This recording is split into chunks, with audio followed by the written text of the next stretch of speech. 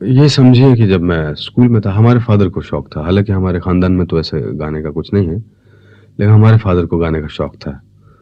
तो उन्होंने हमारे लिए टीचर रख दिए गाना सिखाने के लिए।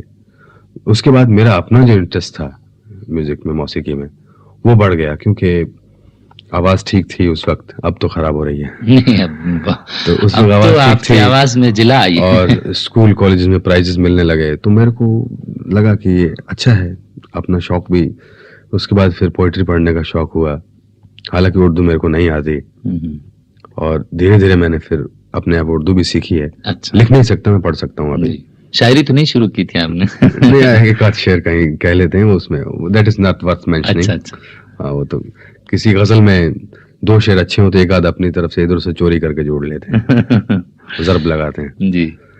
तो ये अपना ही शौक था जो समझिए कि पूरा हुआ है। वैसे हमारे फादर चाहते थे कि मैं एज़ अ साइड हॉबी रखूँ म्यूज़िक को और अपने शब्द कीर्तन अच्छा। भगवान की तरफ जो हुँ। यही रखूं, लेकिन वो अपना शौक मुझे इस तरफ खींच लाया। और फिर गज़ल को मैंने इसलिए रखा कि गज़ल में क्या है कि एक तो चीपनेस नहीं है। इसका राज यही है कि आप जितनी मेहनत करेंगे उतना फल मिलता है। क्योंकि मैंने पहले क्लासिकी मौसीकी सीखी। जी हाँ, पहले उस्ताद जमाल खां जो गुजर गए, मेरे उस्ताद जयपुर घराने के, उनसे 7-8 साल मैंने क्लासिकल म्यूज़िक सीखा। और वैसे पहले मैं क्लासिकल ही गाया करता था। उसके बाद गज़ल अच्छी लगी मेरे को, पोइट्री अच्छी लगी। क्लासिकल में पोइट्री तो है नहीं और उसमें ज़्यादा अहमियत भी नहीं दी जाती बोलों को, सिर्फ आवाज़ पे रखा जाता है। लेकिन गज़ल में क्या है, देखा जाए तो गज़ल जो है, मैं तो ये कहूँगा कि क्लासिकल से ज़्यादा मुश्किल चीज़ है। लेकिन गज़ल में बोलों को सामने रखना है, गायकी को पीछे रखना है। लेकिन इसका मतलब ये नहीं कि गायकी भी आपकी बिगड़ जाए या बोल बिगड़ जाए। दोनों को बना के रखना है। अब दोनों को बनाना जो है वो बड़ा मुश्किल है। या तो आप बोल बनाइए, बोलों को खूबसूरत कीजिए, या आवाज़ को कीजिए। तो गज़ल में ये चीज़ जो आती है, दोनों चीज़ को बरकरार रखना, वो सिर्फ अगर आपको क्लासिकल का नॉलेज है तो ही आ सकती है। बोलों में एक्सप्रेशन कैसे डालना है, और उसके बाद बोल टूटने भी नहीं चाहिए। वैसे मैं नाम नहीं लूँगा किसी का भी, पुराने हमारे जितने गाने वाले हैं वहाँ पे गज़ल में भी जैसे क़यामत का लफ्ज़ आया तो क़या एक तरफ हो गया, मत एक तरफ हो गया। सही कहा। इजाफत जैसे है, शाम फिराक, शाम एक तरफ आ गई, फिराक एक तरफ आ गई। ये चीज़ जो तोड़नी है, ये इन चीज़ों का खास ख्याल रखना, ये सिर्फ एक्सपीरियंस के साथ ही है। वैसे गज़ल की गायकी इतनी पुरानी तो नहीं है देखा जाए तो, क्योंकि मैं तो जब से सुन रहा हूँ, हमारे जहन में तो पुराने गज़ल में बरकत अली से पहले तो शायद आशिक अली थे, वो हमने सुने नहीं, लेकिन वो भी गाते थे गज़ल। बरकत अली से पहले हमने सुने नहीं। उन लोगों में भी गायकी जो प्रधान रहती है, बोल इतने नहीं लेकिन गायकी ज़्यादा प्रधान रहती है। और मैं नहीं समझता कि गज़ल गाने में हमको इतनी हरकतें और इतनी ताने और इतनी उसकी ज़रूरत है। एक पूरे माहौल में अगर एक दो जगह भी खूबसूरत हैं और आपकी मेलोडी ओवरऑल टोटलिटी जो है उसकी वो अच्छी है, तो गज़ल जो आम पब्लिक तक पहुंचेगी, वो उसको लाइक करेगी। उसका रीज़न आज गज़ल क्यों पॉपुलर हो रही है, उसका रीज़न है कि प्रेजेंटेशन में सिंप्लिसिटी आ गई है।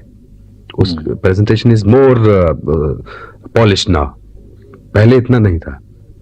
पहले वो ही गज़ल अगर गा रहा है तो वो गवैया स्टाइल में ही गा रहा है। उसको हम अलग गज़लिया नहीं बोलेंगे, गवैया ही बोलेंगे।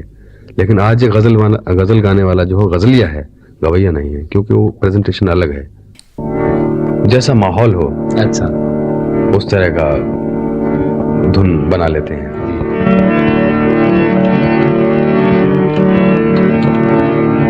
रिंद जो मुझको समझते हैं, उन्हें होश नहीं। रिंद जो मुझको समझते हैं, उन्हें होश नहीं। मैं कदा साज हूँ, मैं कदा बर्दोश नहीं। रिंद जो मुझको, ये गज़ल वैसे बड़े खूबसूरत शेर हैं इसमें। जी इसका हासिल गजल शेर है, महवे तस्बीह तो हाँ, सब हैं सब हैं मगर इदराक कहाँ, जिंदगी खुद ही इबादत है मगर होश नहीं। वो लिमिटेशंस हो जाती हैं फिर उसकी, उसका सर्कल बड़ा लिमिटेड है। जी ओनली इन पंजाबीज। मेरा जो अप्रोच है वो हिंदुस्तान पाकिस्तान दोनों की अप्रोच है, क्योंकि उर्दू स्पीकिंग एरिया जितने भी हैं उसकी अप्रोच होनी चाहिए, उसका सर्कल बड़ा हो जाता है। हालांकि फोक सॉन्ग्स मैं गाता हूँ कुछ थोड़े बहुत पंजाबी के। आजकल मैंने शिव कुमार बटालवी के, इनके जैसे मैं आपको सुनाता हूँ, जी ये शिव कुमार के, मैं उनके साथ रहा भी हूँ। अच्छा, और पंजाबी के बड़े मशहूर शायर उनके जो पोइट्री भी अच्छी है। जी अच्छी क्या, वो तो वन ऑफ द बेस्ट जी। पोइट्स माने जाते हैं अपनी सेंचुरी के। तो उनकी कुछ चीजें गाई हाँ, हैं? उनकी मैंने गाइन अभी मैं रिकॉर्ड करने वाला हूँ, उनका एक एलपी पूरा। अच्छा तो उन्हीं के मुंह से जो जैसे वो गाते थे, अच्छा वही चीजें मैं आपको मैं सुनाता हूँ। जी। उनकी धुनें भी जो है वो फोक ट्यून्स पे बेस्ड हैं सारी।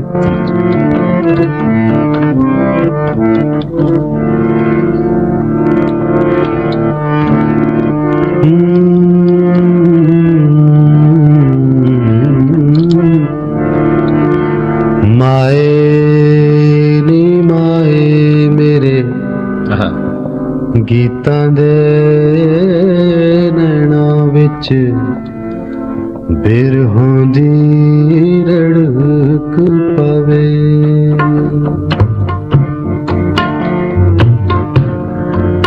माए नी माए मेरे गीतां दे नैना विच बिरहों दी रड़क पवे। अद्धी अद्धी राती उठ रोण मोए मित्रां नूं, माए सानू नींद ना पवे।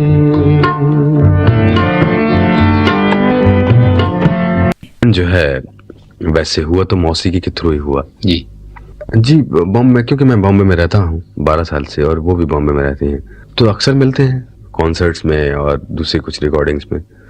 बाकी अपनी अपनी पसंद की बात है। वो हर गज़ल को हम दो आवाज़ों में पेश नहीं करते, वो उसमें भी हम चुन लेते हैं। एक तो अप्रोच कॉमन अप्रोच होनी चाहिए उसकी, जैसे साहिर होशियारपुर की गज़ल है, कौन कहता है मोहब्बत की जुबान होती है। अब पर्टिकुलर किसी कैरेक्टर के लिए नहीं है अप्रोच, ये कॉमन अप्रोच है मोहब्बत के बारे में। इसमें शुरुआत मैं करता हूँ। अच्छा, कौन कहता है मोहब्बत की जुबान होती है, तो अपनी मेम साहब से कहलवाता हूँ, ये हकीकत तो निगाहों से बयां होती है। वाह। गजल गाने में सबसे पहले तो आवाज के लिए मैं लेता हूँ। गाने के बारे में, गजल की बात नहीं कर रहा हूँ, गाने के बारे में मैंने खान साहब, आमिर खान साहब, उनसे मैं गाना सीखना भी चाहता था, लेकिन वो खैर मौका नहीं मिला मुझे। लेकिन उनका गाना मुझे बहुत ही पसंद था और अब भी पसंद है। उनके गाने में एक अजीब सा एक रंग था जी, खुदा को पाने का। वो खुदा के लिए समझे गा रहे थे। गाना जो है वो सबसे आसान तरीका है खुदा को पाने का जी। तो वो उनका जो गाना था वो वाज नियरेस्ट टू दैट।